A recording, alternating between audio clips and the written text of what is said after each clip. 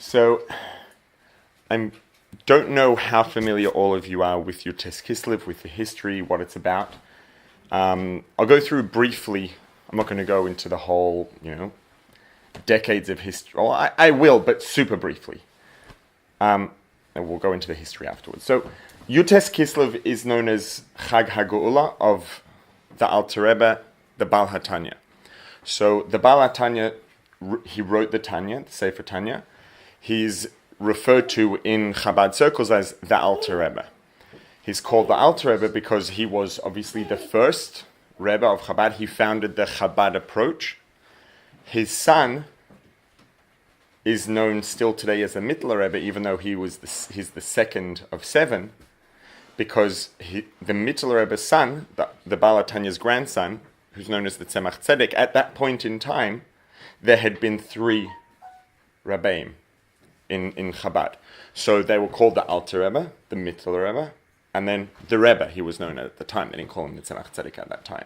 So there was the Alter Rebbe, Mittler Rebbe, and then the Rebbe, and those names, Alter Rebbe, Mittler Rebbe, stuck, and we still call them by that today. And then as you move down, each one, they all have various names. So whenever I say Alter Rebbe, or you hear someone say Alter Rebbe, at least when you hear someone from Chabad say Alter Rebbe, it means the Baal HaTanya. He was in prison in Russia. As you can imagine, being in prison in Russia several hundred years ago was not a very good situation to be in. Let's put it that way. Let's put it nicely. He was taken to prison. The government was told that he was planning. He'd been sending money to Eretz Yisroel, to Yidden in Eretz Yisroel. The government of Russia was told that he was sending money to Eretz Yisroel, collaborating with Turkey, opposing the Russian government. He was arrested. They weren't planning to keep him in prison for very long, and they weren't planning to let him out either. So you can use your imagination to figure out what that means. And then not very long later, 53 days later, he was let out. And it still actually doesn't make any sense that he was let out. We actually have today, it's fascinating, the documentation of the court case, the evidence, the records of the evidence that he gave, that other people gave. Some of those documents are actually available today. They're available online. And you can see that, I guess you would call him maybe the prosecutor general, the person who was in charge of prosecuting people, of trying to get people in trouble for breaking the law. Someone breaks the law. It was his job to try and get them in trouble, to enforce the law. He wrote a report and submitted it to the Tsar saying that, this rabbi, Reb Shneur Zalman of Liadi, is a threat to the country, threat to the safety of Russia, and he should be dealt with appropriately. And for some reason, the Tsar just completely ignored it and said, no, he's not a threat, let him go. All good, all clear. And so he was let out. Now, considering, just for context in terms of what it meant that he was in prison, and in prison in Russia, and he wasn't just in prison. When he was arrested, he was taken in a special wagon that was made out of black cast iron, completely closed in by black cast iron, not because they were worried he was going to escape, because they were guards. No one was escaping. They designed it that way to be terrifying. They made this wagon was completely closed in of completely black metal, and it was designed to be intimidating and terrifying. So anyone who was taken away in this wagon, it was known, it meant that they were an enemy of the state, and it wasn't very good for them. So when the Alter Rebbe was taken away in this wagon, his chassidim got together and they had to figure out what to do, and they had some people who were working on a strategy to try to help, and other people who were overseeing the way that the chassidim, the community, was going to behave. And they fasted every Monday and Thursday. They said that the whole community has to fast every Monday, Thursday until further notice, until he gets out of prison. No eating meat, even on Shabbos. No new engagements. Anyone who is engaged can have a chasana just with 10 people, minyan al pi halacha, minimum possible celebration. One bite of fish on Shabbos. It was very, very, very extreme because they were very, very worried. It was really, really terrifying situation. And then he got out. So you can imagine what a big Yom Tov it was. That was a new test. Kislev, that's why it's called the Chag HaGeula. The Chag HaGeula of the Baal HaTanya, it's the day that he had his Geula, he came out of prison. The fact that he ended up in prison, actually, when he was in prison, when he was in jail, the Baal Shem Tov and the Mezritcha Magid came to see him in jail. And they said to him, the reason that you're in jail is not just because some people decided to go tell the Russian government that you were a threat. There's a reason milamaila why you're in jail.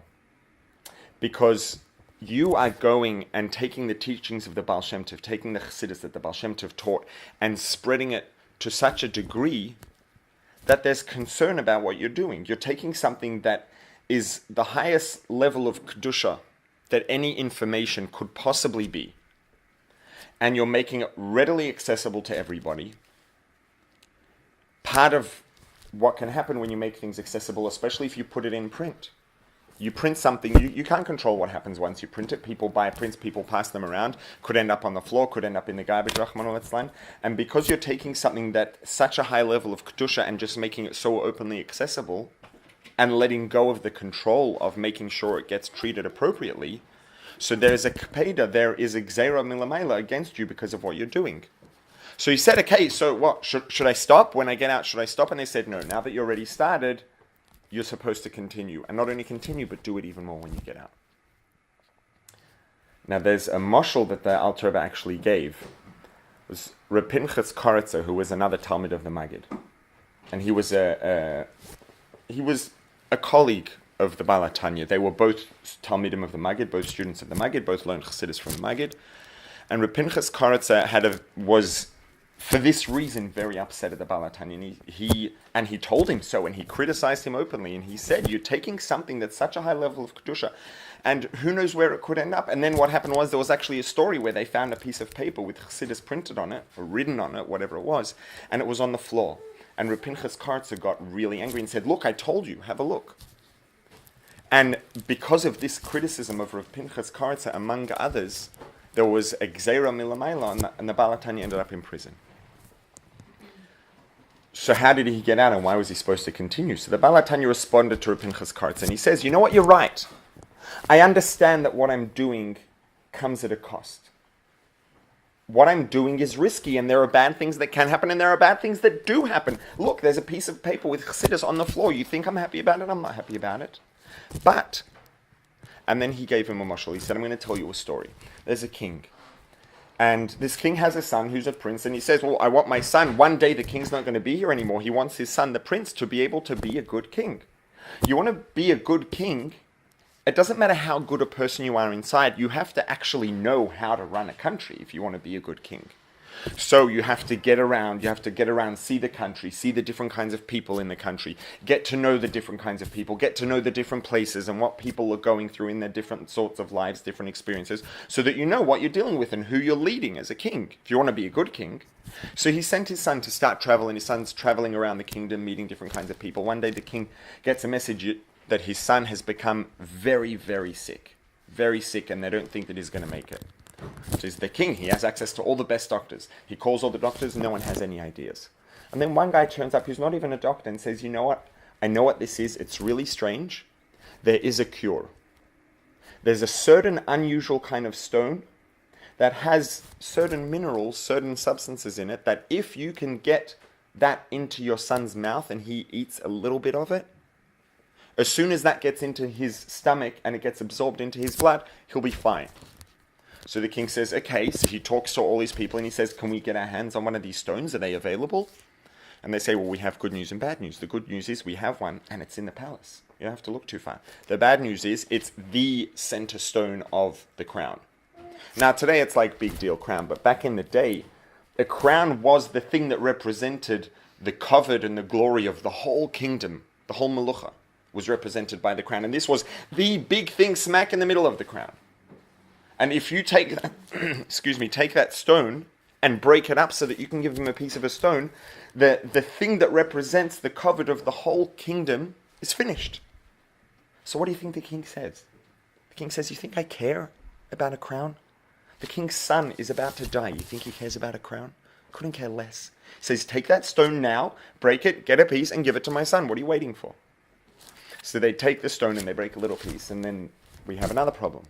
Message comes back that now the king's son has become so sick, he's in a coma and he can't even eat a piece of the stone. What are you going to do now? So the guy who had the original suggestion says, it's okay, just grind it up into a powder, into a very fine powder, mix it with a liquid, give it to him to drink, and he's in a coma, and you can't expect him to actually drink it. But even if most of it pours out of his mouth and dribbles down his shirt, as long as you get a few drops into his mouth, all you need is a few drops of that mixture with the powder of that stone mixed in, and if you can get a few drops into his stomach, he'll be fine. You think the king hesitated? The king said, take that stone, grind it up, and get it into the prince's mouth now. And so the Alter Rebbe said, this is a mashal for why I'm doing what I'm doing. Because Klal Yisrael, and at that time, in Europe, the Yidden from so many different angles were in an extremely difficult position. First of all, they'd been through terrible pogroms. Literally towns of Yidden, Rahman al-Islam, got wiped out overnight. And between that and the challenges that they had, Baruchnis, the challenges they had in their Avodas Hashem, the Yidden were in a very, very, very dire situation. And so the mashal for that was the king's son, who was unwell. And so, yes, there's a solution. You have something you can use to save the son's life, but you're going to have to destroy the king's crown. The king doesn't care. If you're going to save my son's life, destroy the crown. What do I care? And so the Baal HaTanya said it's the same thing. We're taking, yes, Chassidus, Pnimius HaTorah. This is the highest level of Kedusha that any information could ever have, the most concentrated Kedusha that any information could ever have. And yes, it's risky, and yes, it could end up on the floor, and no one wants that to happen. But if that's what it takes to save the life of Klal Yisrael, bad luck. It's a price that we have to pay. And so this story of the king saying, if you need to destroy the crown, which is the covet of the kingdom, go for it. It's a steep price, but it's a price I'm happy to pay, considering what's at stake. And it's the same thing. And so the Baal Shem Tov began, this goes back when the Baal Shem Tov started the process of revealing Chassidus. The Baal Shem Tov didn't make anything new. The Baal Shem Tov was Megal. The Baal Shem Tov revealed Pnimius HaTorah. Pnimius HaTorah was always there. It's always been there. If it's the Pnimi, if it's the inside, it actually says in a number of different Sforim that there's guf, just like a person has a guf, a body, and a nefesh, a soul, and a neshama. Torah has a guf, gufa do'iraisa. It has a body, which is the halachas, etc. And it has a neshama, nishmasa do'iraisa. It's Pnimius HaTorah, the inside of the Torah. It's not new, it was always there. If it's the inside of the Torah, the Torah's neshama was always there, the same way that its guf was always there. It's just that the Baal Shem Tov took something which had been hidden away, it had been secret, and he was megale, he revealed it, made it accessible to everybody. And this is also why the Baal Shem Tov's name was Yisroel. His name was Yisroel because that is the name of our entire people, Klal Yisroel, B'nai Yisroel. When someone faints, when someone's in a state of faint, someone's unconscious, one of the things that people will do, that you'll do, is call their name. See if calling their name will wake them up, will touch their neshama enough to get them to wake up again. So the Baal Shem Tov was the first stage of taking this stone and feeding it to the Yidden. It was a desperate situation, that's why his name was Yisroel. It was a call out to the Yidden who were in this state of very ill health, emotionally and spiritually and baruchnius. And the Baal Shem Tov's name was Yisroel. He was calling out our name, B'nai Yisroel, to revive us, to wake us up, to give us a chance to get back in shape. And that was what the Baal Shem Tov did. So then the Baal HaTanya came along, and clearly, if the Baal HaTanya faced such strong opposition from other students of the Maggid, so the Baal Shem Tov's successor, the Baal Shem Tov's main Talmid who took over his position was the Mizritcher Maggid of Mizrich.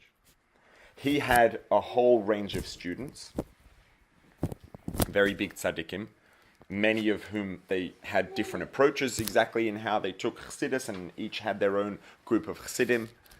But generally speaking, you could basically divide them into two general categories, the Baal HaTanya and everybody else. And so a lot of them were very strongly opposed to the Baal HaTanya because he took a very different approach to the rest of them. And this was the problem that they had. You're taking something and you're not just teaching it. So what was different in the approach of the Baal HaTanya and the other tzaddikim, Talmidei HaMaggid, the other students of Mizritcher Maggid, who were like the grandchildren as students, the students of the Baal Shem Tov? You open Chassidish Sfarim, let's say basically all the Chassidish Sfarim non-Chabad. And generally speaking, what you have is what you'd call short Torahs. Sometimes it's a line or two, especially you look at the ones, the original from the Baal Shem Tov, Kesef Shem Tov, etc. Mamish, a line or two, 3, 4 lines max. Noam Elimelech, a lot of these Sfarim, you read them and you can literally sometimes almost feel the Kedusha coming out of them. The thing that they all have in common is that they tend to be short. They're short, they're paragraphs, they're short Torahs. The Baal HaTanya went and took these ideas, took the Pnimius HaTorah, the Neshama of Torah, and didn't just teach it, but he taught it in detail. He didn't just give an idea in a way that would inspire someone who reads it. He took it and broke it down into the smallest details and explained all the details in a way that not only do we get inspired, but we can actually start to really understand things in a detailed way. And the reason why Chassidus is called Chabad Chassidus, Chabad is in Rosh Tevis, stands for Chochmah Bin Adas. And these are the 3 parts of the Nefesh which we use to understand things. Chochmah Bin Adas are 3 different varieties of parts of the brain, parts of the Neshama, that we use to understand information, to access information, to process information, ideas. But the reason that it's called Chabad is not because it's all about learning. Obviously, learning is the foundation of everything in Yiddishkeit, but it's not because the point is about the learning. The point is about changing the way we feel, changing our experience. And the best way to do that properly is not just to tell someone something that inspires them, because I'm sure everybody here at some point has read or heard something or had someone tell you something that was inspiring, a good speaker, and you got inspired. And whether it was minutes, hours, or days later, the inspiration wears off. That's the nature of inspiration. Inspiration generally doesn't change you. It inspires you, and the inspiration comes, and then it wears off. So the Baal HaTanya didn't just want us to have things that are inspiring. He wanted us to be informed. So he set up an approach to Pnimius HaTorah, to learning the Torah of the Baal Shem Tov, that we understand the details, so that we actually start to change the way we see things because we understand it differently. We understand things more deeply in a detailed way that actually makes sense. And once you start to understand things, and you start to understand more and more details about HaKadosh Baruch Hu, more and more details about the Eibishter, and about the way the Eibishter relates to us, and the way that we are connected to the Eibishter. And as you start to understand that more and more, it's going to change the way you feel about things. It's going to change the way you feel about yourself, going to change the way you feel about the world, change the way you feel about Torah and mitzvahs. So the reason it's called Chabad is not because the point is Chabad. The point is changing ourselves. The key to doing that properly is with our minds. Think about it. If there's something... You have a friend. I'm going to give a generic mashal without details, because probably each of you will have your own idea about this that'll suit you best. You have a friend who tells you about some new thing, whether it's a new idea, a new game, a new fashion line. It could be anything, a new something. And you're like, I don't know. I haven't heard about it. Why should I be interested? And then your friend starts to explain to you how good it is and why it's so different to anything you've ever seen before, and how incredible and valuable it is, and starts to explain to you in detail specifically why it, not just telling you that it's good, but explain to you exactly why it's so good and exactly why it's so worthwhile. You might actually start to get interested and start to want it and say, hey, maybe I should check this thing out. Maybe I should look into it for myself.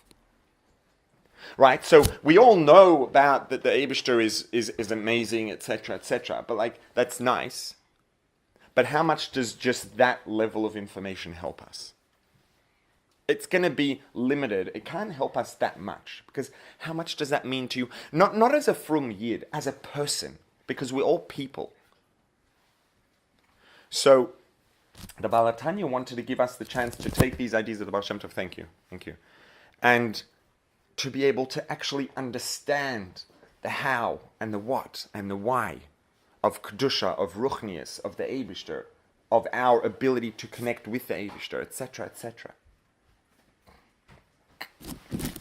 So you open a sefer of the Baal Tanya, not just Tanya, any Torah or Likutei Torah, any of his Sfarim, and you have Maimorim that go for pages and pages and pages and pages. It's not just a one paragraph thing. Some of the Sfarim, each paragraph can go for pages, let alone the whole thing, the whole Maimor. Because he breaks it down and gives us details, and the details give us the ability to actually change the way we see things, which can then change the way we feel things. And this is why he insisted on doing what he did. Now that does come at a cost, because it opens it up to the risk of being exposed inappropriately, of ending up on the floor, etc., etc., etc. And that's why he ended up in prison. But that's the mashal that he gave. Yes, he didn't deny that it comes at a cost and that it's risky. But the point of his mashal was that it's worth the risk. We don't have a choice. Sometimes you just have to take a risk. You just have to do something that comes at a big cost because it's worth it. We don't have an option. So that's a bit of an introduction to the Baal Tanya's approach and how and why it got him in jail. Now I want to take a few ideas and summarize to a degree what the Baal Tanya teaches about it, summarize it, and to see how it can change the way we see things to the point that it could actually really change the way we feel and change our lives practically. Because that was the point, right? That's why he took a different approach in teaching, so it could actually give us a chance to change our lives.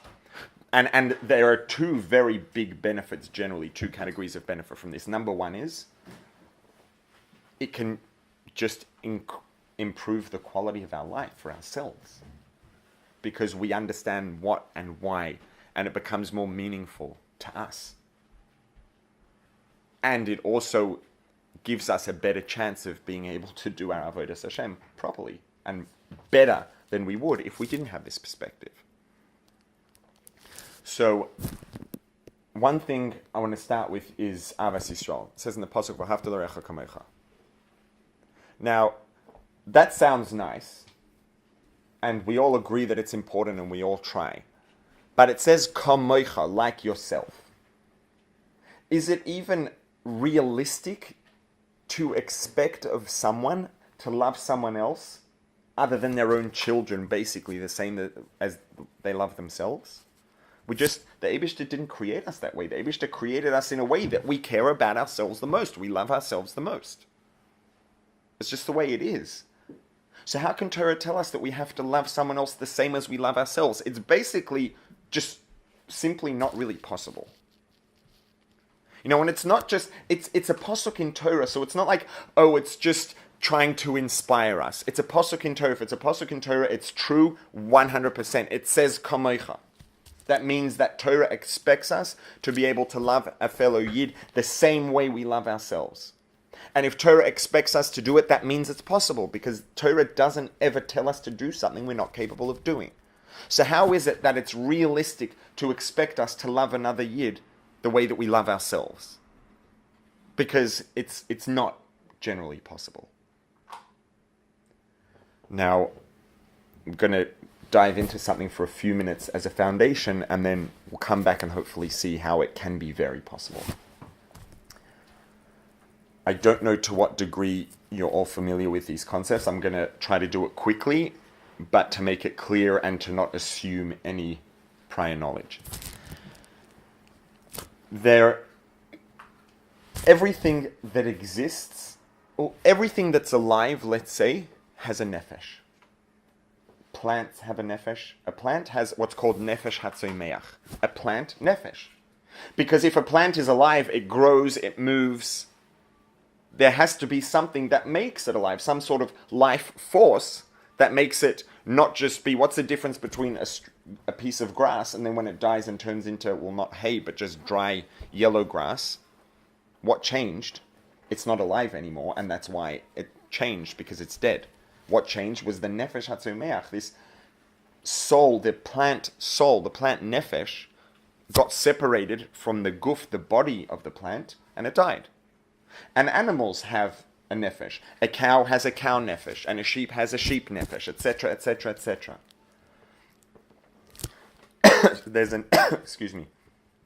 And every species, every kind of animal has its own nefesh. The sheep nefesh is a different kind of nefesh to a cow nefesh. And it has to be because they have a different kind of body. And if a sheep's nefesh can make a sheep's body be alive, then it can't make a cow's body be alive because they're different kinds of bodies. So if the nefesh is designed for that kind of body, it can't work on that kind of body. So cows have a cow nefesh and sheep have a sheep nefesh. And people have a human nefesh, a person nefesh. And this is what's called, in the terminology of Pnimius HaTorah, nefesh habahamis, animal soul. We are, let's say, human animals, and we have an animal soul. Now, that's not to say that Torah considers us to be exactly the same as animals and just a different variety of animals. That's not the case. But, to a degree, we have a lot in common with animals. When our body needs food, we feel hungry. When our body needs water, we get dehydrated. We feel thirsty. We want to drink. We feel hungry. We want to eat. When our body needs rest, we feel tired. We want to sleep. It makes us feel better. Just like animals, they need food, they get hungry, they want to eat, etc., etc. So the nefesh habahamis is that nefesh, it's this life force which partners with our body, which lives inside of our body, and it makes us be alive. It makes us be a person. It makes the body be a person as opposed to Rahman al-Islam, someone who's not alive. The number one difference between someone who's alive and someone who's not is whether or not the nefesh is working together with the body properly. So that's the nefesh habahamis. It's called the animal soul. That's the soul that makes us be alive, the same way that a cow's nefesh makes a cow be alive, and a sheep nefesh makes a sheep be alive. We have a human nefesh habahamis that makes us be alive. And it makes us want to do all the things that make us healthy, and sometimes it gets a bit messed up and makes us want to do things that might make us unhealthy. But that's the general idea. It's the person equivalent, the human equivalent of the nefesh that makes a cow alive or a sheep alive. Then we have a second nefesh. That nefesh is called a nefesh elikis. It's a godly nefesh, and it's actually a little part, a piece of the Eibishter. And every single one of us has our own nefesh elikis, our own little piece of the Eibishter that's designed for us specifically. And every one of ours is different. Now, if it's a part of the Eibishter, how could they be different? Because the Eibishter can't be separated and described. That's another whole discussion. But there are answers to these questions. So, we have two nefashos. The nefesh habahamis, the thing that just makes us be alive, which is the equivalent of what every animal has. And then we have something different, a second nefesh. A nefesh hashenis b'Yisroel hi chelek eloka mima'al mamish. The second nefesh that we have is a part of the Eibishter. Now, naturally as people, we are going to tend to naturally care about ourselves more than we care about other people. If I'm hungry and someone else is hungry, I could be nice and say, you know what? Maybe I should share my food with that person. Maybe if I'm really nice, I'll give that person my food and I'll be hungry and I'll wait until I get something else. But that's when we're going out of our way or we're being nice. But even before we make that decision, the fact is, the thing that we feel the most, when I'm hungry and I know that you're hungry, I don't actually feel your hunger the same way that I feel mine. I might be nice and give you the food, but I feel my hunger, not yours. So if I care about myself simply as a person, if I think about myself simply as a person, and the reason that I care about myself is because I'm a person, I am going to naturally put myself before you. And I may be kind and I may be nice and I may do favors and I may in certain circumstances put other people before myself, but I'm never going to love another person the same way as I love myself. It's impossible. It's a physical impossibility, generally speaking. But if I then stop and say, well, you know what? I'm not just a human animal. I have a part of the Eibishter in me. The Eibishter that created everything, created the world, created the Malachim, gave the Torah. Not just the Torah, the Eibishter who gave the Torah, part of that Eibishter is inside me. I have to be very careful about how I behave, etc., etc. Now, if I realize, you know what? I'm actually a lot more valuable as an individual than I thought I was, because there's part of the Eibishter in me. So now what I start to do, at least theoretically, if I can really connect with this idea enough, and this is not an idea that we can connect with overnight, enough for this to just change like that overnight. But we can work on learning more about it and connecting with it more. And as I start to appreciate the value, learn more and more about the Eibishter, and start to appreciate the value of the Eibishter more and more, and then start to appreciate more and more the fact that who I really am as a Yid inside is literally Chelek Elokah, a part of the Eibishter, that should make me appreciate myself even more than I appreciate myself just as a person.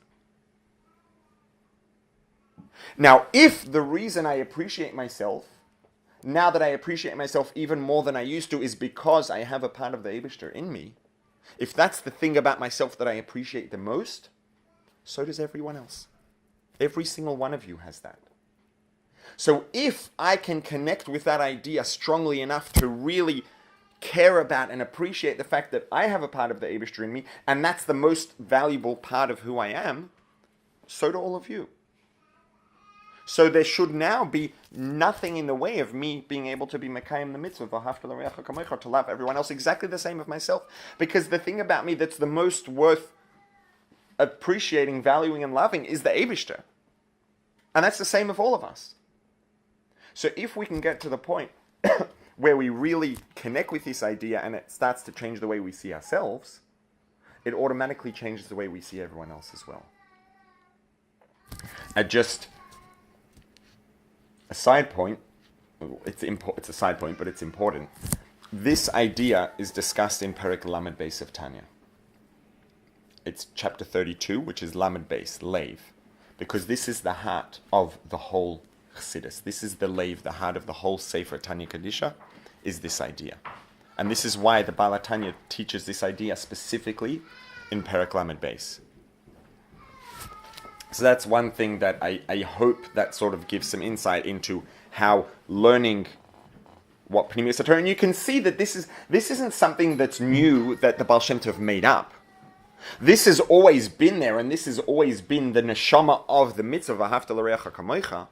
It's just that no one had ever explained it to us before.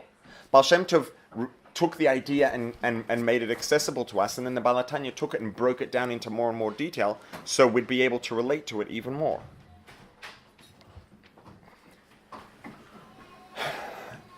I'm going to talk about bitachon. There was a story, a chassid came to the Tzemach Tzedek, who was the Baal Tanya's grandson, and he had a baby son, a very young son, who was very, very unwell, and he was terrified. And the doctors basically said, there's no chance. And he went to the Tzemach Tzedek, crying, terrified. And the Tzemach Tzedek said to him 5 words. Tracht gut, wird sein gut. Think good, and it will be good. It sounds nice. But when the Tzemach Tzedek said that literally, and he actually did work on himself to really think positive, and his son got better. The Tzemach Tzedek doesn't say think good and you'll feel better and also hopefully it'll be good. He said think good and it will be good. Thinking good will make it be good. How does thinking good make it be good? How does it add up? You can understand it's a mitzvah to believe in the Eibishter and to believe that the Eibishter can make it good, but how does that actually make it be good? He says it's a cause and effect. Think good, and that will make it be good. How? Why? How does that work? So I want to just give a mashal for the idea that is the foundation of being able to understand how this works. Imagine that someone was writing a book, and a chapter in the book was about this talk that we're having here now. And so they're starting off the chapter and they want to be descriptive so that when a person reads it, they find it interesting and they're describing the scene and the layout of the apartment, the house, and everything and describing the people sitting around the table and the food and the camera, etc., etc. And at the head of the table, there was a guy sitting there, and he was wearing a surtuk and a hat.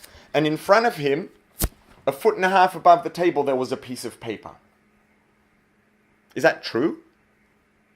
It's true, right? None of those words are not true. But if you are reading those words, there was a guy sitting at the head of the table in a surtuk and a hat, and in front of him, 1.5 feet above the table, there was a piece of paper. Would the picture that you would imagine when you read that, would it look like this? It wouldn't. It's true, but it's not the full truth. The full truth is there was a guy sitting at the head of the table, and in front of him there was a piece of paper that was 1.5 feet above the table because he was holding it there with his hand. If I don't hold it, it's not going to be there. So when the book says there was a piece of paper in front of him 1.5 feet above the table, it makes it sound like it's floating. Now, the words are true. There was a piece of paper 1.5 feet above the table. The words are true. There's nothing untrue about it. But it's only a partial truth. It's not the full truth. It's a piece of the truth. It's nothing false. But the picture you get when you read it is wrong because there's a lot of information missing. Now we're sitting here. We have a table in front of us. There's a table here. Is there a table? Yes. Now if I make a statement, there is a table in front of me. That is a true statement. But it's not the full truth. The full truth is there is a table in front of me because the Eibishter is making it be there at every single moment in time. The Eibishter is actively making that table exist at every single moment. We say in davening, "Hamachadish b'tova b'chol yom tamid ma'aseh bereshis." He renews, machadish b'chol yom tamid, constantly renews ma'aseh bereshis. The Eibishter creates everything at every single instant. So to say the tables here is true, but it's not the full picture. The full picture is there's a table here because the Eibishter is making it be here, right now. And if the Eibishter would stop making it be here, it would stop being here. The Eibishter wouldn't have to destroy the table if he didn't want it to be here. It would just stop making it be there, and it just wouldn't be there anymore because he's not making it be there. Now, if every single thing that exists, every object, every person, every idea, everything that happens exists or happens because the Eibishter is making it exist or happen at every moment in time, we look around the world and see a world, and there are a set of rules, and there's gravity that pulls things down, and the sun has to rise, and the sun has to go down, etc., etc. Millions of rules about the way that the world works. Those rules are true, but those rules are true because the Eibishter makes them be true. Which is, once you start to see the world that way and really connect with this, a nes, when there's a miracle, there's a nes, it's like big deal. Now, it obviously seems like a big deal to us naturally because we live in the world and we see it the way that most people see it. But if we learn about this more and more and start to really see things this way more and more, a nes becomes gradually, a miracle becomes less and less and less of a big deal. Because it's like, okay, so the Eibishter was making things run the way they run normally, and now he decided to make it run differently. Big deal. Now, if I can... So now, the Tzemach Tzedek said to this Chassid, Trach gut, think positive. Know that... Now, let's just take an example. You wake up in the morning, sun's shining, and you have something planned for the day. You have an event, a school event, an event with your friends. You're going out to wherever it is, somewhere outdoors. You wake up, the sun's shining. You wake up, you look out the window, you're in a good mood. Yeah, good weather, we can do our event will be fine.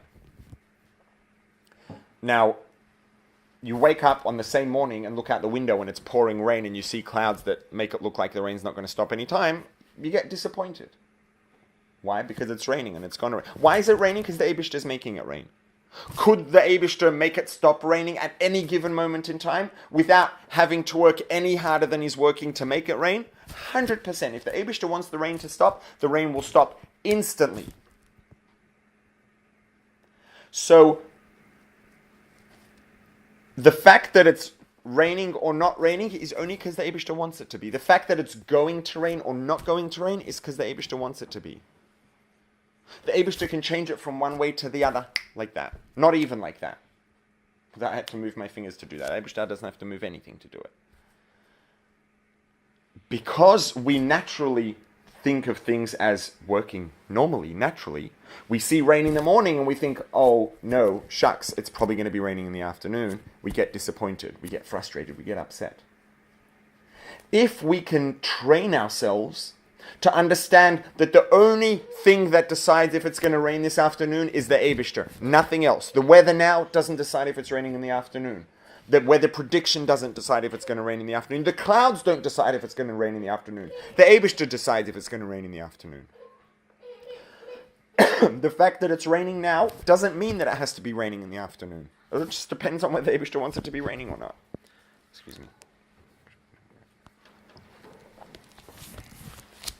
Now, all of a sudden, the fact that it's raining in the morning doesn't make me nervous or stressed out about the afternoon. It's just like, daven to the Eibishter and ask him to make it not rain. It doesn't have to be raining in the afternoon just because it's raining now. It'll rain in the afternoon, depending on whether or not the Eibishter wants it to. So if I can really connect with this idea, I can stop assuming that things are going to have to be a certain way just because they're the way they are now. Therefore, they have to be that way in the future. It's up to the Eibishter how they're going to be. Now, why does that mean that if I think it's going to be good, that's going to make it be good? That explains why the fact that it's bad now doesn't mean that it has to be bad later. It can change from bad to good just like that. Fine. But who says that when I think it's going to be good, that will actually make it be good?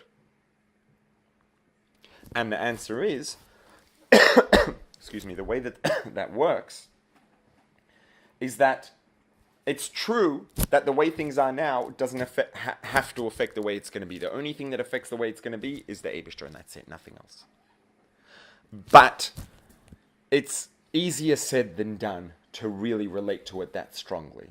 It takes a lot of work of learning and focusing and trying to connect with the ideas, work to really connect with it that much that when I wake up in the morning and it's pouring rain and the sky's filled with clouds and I have something planned for outdoors in the afternoon, to just say, oh, whatever, the weather now doesn't mean anything, I'll dive into the Eibishter and hopefully the rain will go away. For me to connect with this idea enough that it will bother me zero, and I'll actually be like, yeah, rain can stop. Because that takes so much work, it's unnatural, it takes a lot of work to be able to connect with it that strongly. Mida keneged mida, the Eibishter says, I'm going to change things. And even if I was planning to make it rain, you know what? You naturally should have thought that because it's raining now, it's going to rain later. And I was planning to make it rain later. So naturally it was going to rain later because that was my plan. But you know what? You changed the rules because you worked so hard on connecting with this idea and strengthening your bitachon so much that when you see the rain in the morning, it doesn't concern you at all. It's not going to rain in the afternoon. Because you changed the game, you changed the rules by connecting so strongly to an idea that's so difficult to connect to, I'm going to change the rules, and even though I was planning to make it rain, I'm not going to. That's what the Eibishter says. So this is why the Tzemach Tzedek said, Tracht gut, ved sein gut. Thinking that it's going to be good, to do that, you have to work really hard on connecting with an idea that's difficult to connect to understand that nothing is controlled by anything other than the Eibishter, and because you worked hard and changed the rules, the Eibishter changes the rules in return and makes it be good. It's mida keneged mida. So if you, in the face of something that looks bad, say it looks bad, that means nothing. The only thing that means anything is the Eibishter's decision. Therefore, it doesn't concern me in the slightest, means nothing. It's going to be good. I'm not worried. The Eibishter says, you know what, you did that, I'm going to actually make it be good in exchange. That's the mida keneged mida, that's the schar. So bitachon doesn't mean emunah. Emunah means believing the Eibishter is true and the Eibishter controls everything. And when the Eibishter does something, it's true and just and fair, even if it's hard to understand how. Bitachon doesn't mean belief, bitachon means security. It means that you're secure, you know that it's going to be good. You feel secure, I'm not concerned. I feel secure, batuach, I'm certain that it's going to be good. Not, I understand that it's going to be bad, and the reason it's going to be bad is because the Eibishter made it be bad. No. It's going to be good. Why? Because there's no reason for it to be bad. The fact that it looks bad now doesn't mean it's going to have to be bad. That's bitachon. Now, that's easier said than done. But the fact that it's so hard to do is the reason that it works. Because the Eibishter said, you broke the rules and worked so hard to achieve this level of bitachon, I'm going to break the rules and make it good, even if it wasn't supposed to be. And this is based on this idea, this teaching, which goes back to the Baal Shem Tov about, again and again, it's not a new idea. It's not like the Baal Shem Tov made up something new that wasn't there in Torah. We've been saying this in davening in Shachris every day since before the Baal Shem Tov. But no one ever explained it this way. No one ever understood it. Not no one, but almost no one. Because Pnimius Torah was kept secret and only very few people learned it. Now, why did the Baal HaTanya want to take it and make it for everyone? He could have just continued to do, and he would learn it himself, and he would be a big tzaddik, and he would have his chassidim who would follow along and just be his chassidim and come along with him for the ride. But the Baal HaTanya understood that when people can learn and understand these ideas in detail and change the way they see the world, it changes their life. And each of us is different. Every single person in this room understands things a little differently to everyone else, and feels a little differently to everyone else about different things. We're all individual. And so the Baal HaTanya wanted every single one of us to learn about the Eibishter and understand as much as we can for ourselves, so we can have our own relationship with the Eibishter. You don't just want to be part of a group that has a relationship with someone. You don't want to just be, think about a basic example, a child and a parent. You don't want to just be part of the group of children that together have a relationship with a parent. You want your parents and you to know you and to care about you, and you want to know them and care about them individually. You want to have your own one-on-one loving relationship with your mother. You don't want to just have a collective relationship between all your siblings with your mother. So the Baal HaTanya said every single Yid deserves to have their own relationship with the Eibishter, their own feelings, their own experience. And to do that, they have to understand things about the Eibishter. And that's why the Baal HaTanya insisted in breaking it down in detail and teaching long mamorim and giving us information so we can actually understand these ideas. And once we understand, once we have the Chabad, that can affect the way we feel and change our lives, change the way we feel about the world around us, and change our lives. One more thing, I'm going to finish up now. Ask a question? Sure, please do. How does this fit with understanding? A lot of people misunderstood the Baal HaTanya, that it's based on Chabad. That maybe perhaps it might be based on Chabad. Where does Amunah fit in? Like, we know that the Eibishter is GLICK, right? So how does it fit in with learning about Hashem at the same time, only understanding, at the same time knowing that it also is above us? That's a big part of what's discussed in a lot of the Sforim, and there are a lot of Mamorim that talk about these things. It's not, when we say that we want to learn about and understand the Eibishter, it doesn't mean that we now are going to change the approach and our appreciation for the Eibishter, and we're going to believe in the Eibishter to the degree that we understand him. That's not what we're saying.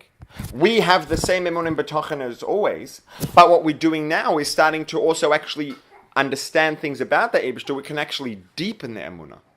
Because now not only do I just believe that there's an Eibishter, it's like I believe that there's an Eibishter about whom I know this and I know that and this and that, and then the emunah starts to become more detailed and more almost flavorful, you could say, because it becomes more developed and more three-dimensional. So it's not taking away from the emunah at all. It's not saying you don't have to have emunah because now you understand. It's saying, in addition to having the emunah, not only should you believe in the Eibishter, but you should also actually know something about him, so that not only do you believe that he's there, but it actually means something to you, and you can actually have feelings and change the way that you see things. Emunah is the foundation of understanding. I would maybe word it a little differently and say that emunah always has to be the foundation of your Yiddishkeit. Because as soon as it's based on understanding, what if I wake up one day and forget everything I learned?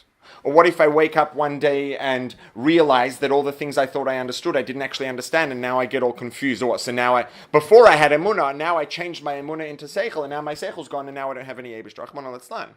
The emunah always is going to remain the foundation of my Yiddishkeit. It's just that on top of that, right, it's like, imagine a house. A house has a foundation. Now, if you build a house without building a foundation first, you have a rain and the house is just built on top of dirt and it gets muddy and wet and the house will collapse and you'll have no house left. You have to build a foundation. But if you could have just so if you have a house without a foundation, you're in trouble. And that's like having the seichel without the emunah. You're in trouble because the seichel can come and go, and if you don't have the emunah underneath, you're in trouble. Or you may likely get into trouble at some point in time. But you don't want to just have a foundation. You want to have a foundation and a house on top. So you want to have the emunah, and then on top of that emunah, you also want to actually understand the what and the how and the why, so that not only is it something that, technically speaking, I can have emunah, I know the Eibishter is true, I know Torah is true, Torah says I'm going to live every single day and follow everything it says in Torah. If that's the extent of my relationship with the Eibishter, I'm very possible that I'm not going to enjoy my Avodas Hashem very much.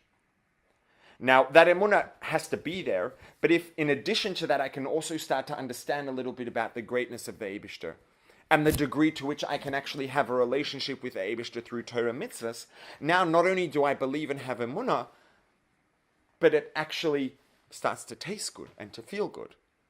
So you never want to have that house, which will be the seichel and the understanding, you never want to have the house without the foundation, because then the house could collapse at any time. So you always need to have that emunah. Emunah is a bedrock of Yiddishkeit, and that doesn't change. It's just we're adding something else on top of it to enhance it, to make it even better. Make sense? So one of the things that the Baal Shem Tov taught, there's this idea of hashgacha pratis. Hashgacha, you have a mashgiach in kashrus, right? What's a mashgiach? A mashgiach is someone that looks over, watches over, supervises, makes sure everything works properly. So the Eibishter is mashgiach. The Eibishter watches over the world. And there were different drachim, different approaches in understanding the degree to which the Eibishter supervised. The Eibishter supervised just the general things and then lets them take care of the details by themselves and sets up teva, and then teva takes care of things. And the Baal Shem Tov taught this hashgacha pratis. Hashgacha pratis, it's a phrase that gets thrown around a lot. What does that mean? It means the Eibishter is mashgiach, watches over everything, pratis, in detail. A wind is leaves blowing in the wind. The Eibishter is making that wind blow that leaf for a reason. Now, if this is true, and every single thing that happens for a reason, or let's take a step back. I'm jumping to the answer without addressing the issue that I want to resolve with it.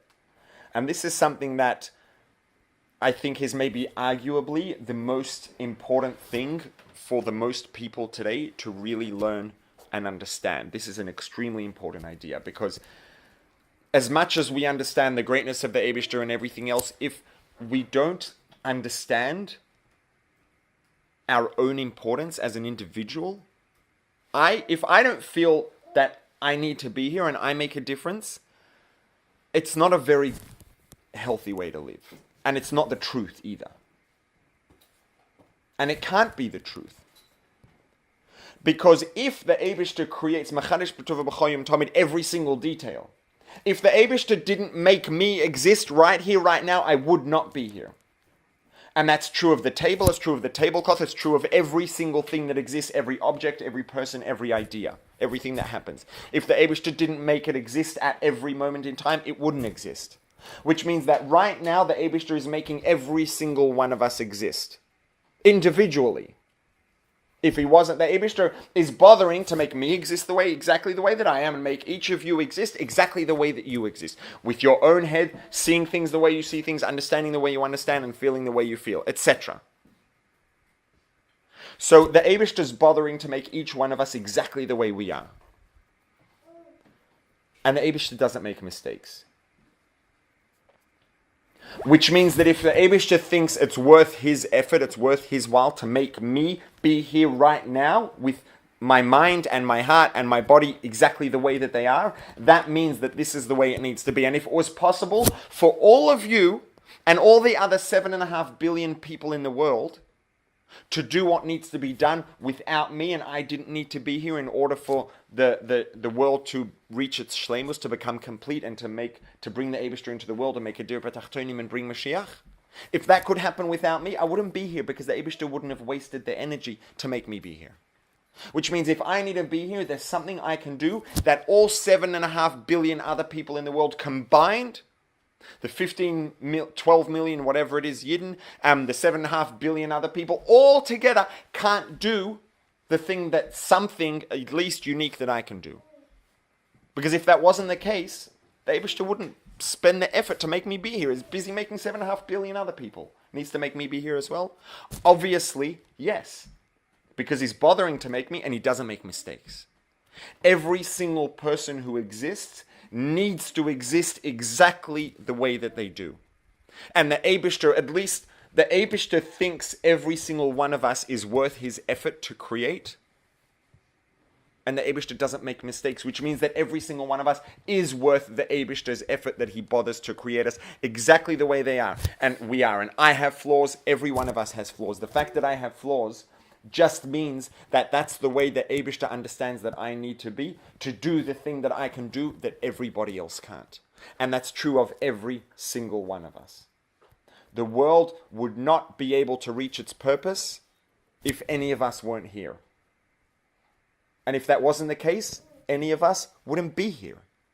Because if the Eibishter didn't bother to make each of us individually, then we wouldn't be here. The Eibishter has to make everything exist. Every single one of us, every single bit of food. It's not just the bowl and it's not just the salad. It's every single tiny little bit of leaf and of cracker and etc., etc. Every single, and not just each grain of rice in the sushi. Each grain of rice can be chopped up into a million tiny, tiny pieces. Each one of those pieces is being created every single moment individually by the Eibishter.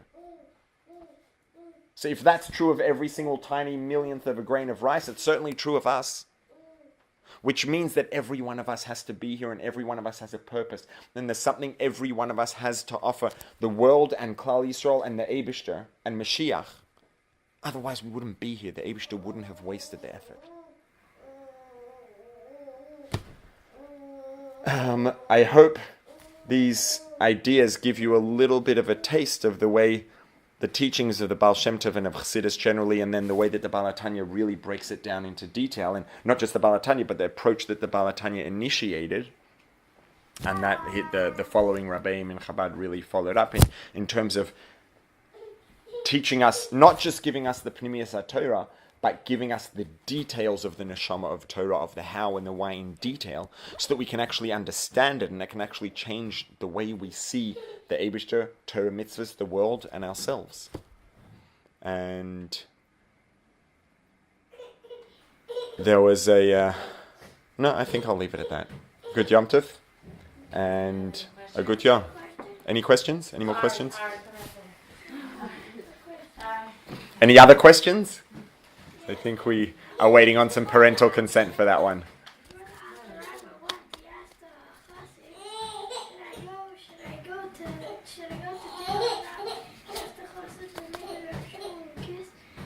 I was actually planning to say that part of the story and I forgot, so thank you very much.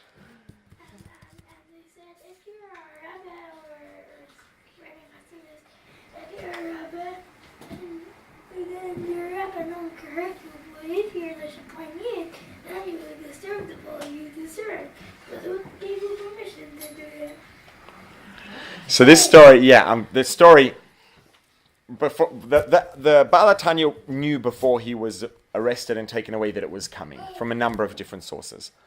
So there was a chassid, a big chassid of his, Reb Shmuel Munkus, and he turned to Reb Shmuel Munkus. Reb Shmuel Munkus was known generally as a joker. He was a very, very serious Yireh Shamayim and Ohev Hashem, but he had a very humorous side to him, and he used to play tricks and make a lot of fun. He once hung himself upside down outside the front of the Rebbe's house, Alter Rebbe's house, and by his foot, he hung himself on a string upside down, and people asked, "What are you doing?" He said, "You go out front of a shoe store, a shoe repair, and there's a shoe hanging in front of the store. You go to a clock store, and there's a clock out the front of the store. You come to a Rebbe, and there's a chassid hanging out the front." So this is the kind of person that he was. But he wasn't a stam aletz. He was a very serious chassid, Yireh Shamayim and Ohev Hashem. So the Alter Rebbe turns to him and asks him, "Should I let them take me to prison or not?" And so Reb Shmuel Munkus said to him, "Yeah, why not? Either you're a Rebbe, and if you're a Rebbe, like, they can't hurt you, so who cares? And if you're not a Rebbe, and you wrote Tanya, and you taught so many Yidden to divert their interest away from Gashmias, away from good food and things like that, and you're taking away that geshmak, that pleasure in physical things, from so many people, you deserve to go to prison if you wrote that and you're not a Rebbe. So, there's an obvious question here, right? If what it says in Tanya is good and true, then it's a good book, and whether or not he's a Rebbe, it's good information, and why should he deserve to go to prison? And if the information in Tanya is bad information, he should deserve to go to prison whether or not he's a Rebbe. So why is, if you're a Rebbe, then you don't deserve to go to prison, but it's fine, you'll be okay. But if you're not a Rebbe and you wrote this book without being a Rebbe, you deserve to go to prison.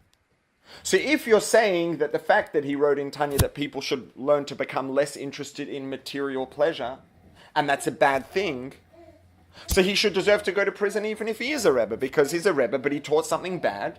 That's not fair. So why is whether or not this is a good thing to teach dependent on whether or not he's a Rebbe? If you're a Rebbe, it's a good thing to teach, and if you're not a Rebbe, it's a bad thing to teach. How does that make sense?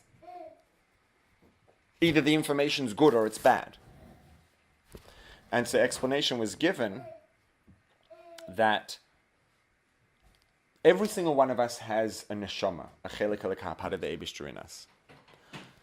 But not all of us are able to access it and to have a relationship with the Eibishter the same.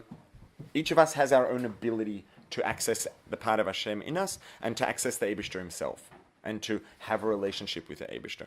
The definition of a Rebbe, the definition of a Nossi, is that he has a different relationship, a different connection with the Eibishter. He can connect with the Eibishter in a way that your average Yid, that we can't.